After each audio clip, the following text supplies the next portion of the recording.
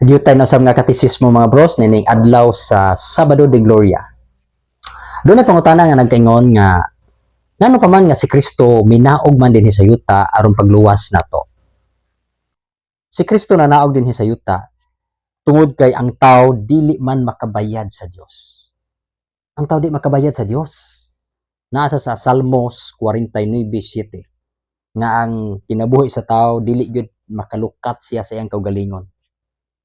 So, nanaog si Kristo din sa yuta aron maoy mo bayad niini.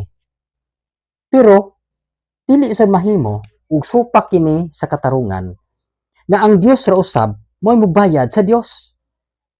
Dili man mahimo nga ang Dios upod mo'y mobayad sa Dios kay tao man ang nakasa sa Dios. Pero mao lagi ang tao dili man makabayad sa Dios.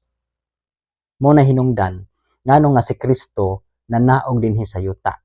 Nagpakatao kay pinaagi ni Kristo ang tao makabayad na sa Dios diha kang Kristo kay si Kristo matuod man nga tao ug matuod nga Dios.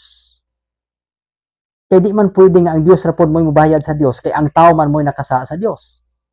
Apan ang tao usab sa iyang kaugalingon lamang dili man lagi makabayad sa Dios kay siya tao man lang. Ug ang Dios wa may kinutuban, ang pagbayad usab sa tao way kinutuban busa dili gyud ang tao makabayad sa Dios.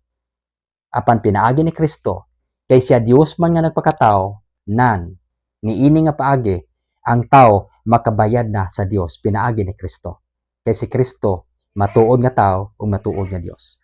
Maunay rason ngano nga si Kristo nanaog dinhi sa yuta ang ikaduhang persona sa Santissima Trinidad.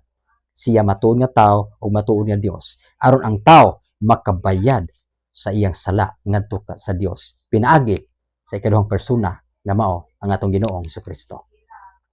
So maigsoon mao na ang tubag sa nindot kayong pangutana ngano nga si Kristo nanaog dinhi sa yuta.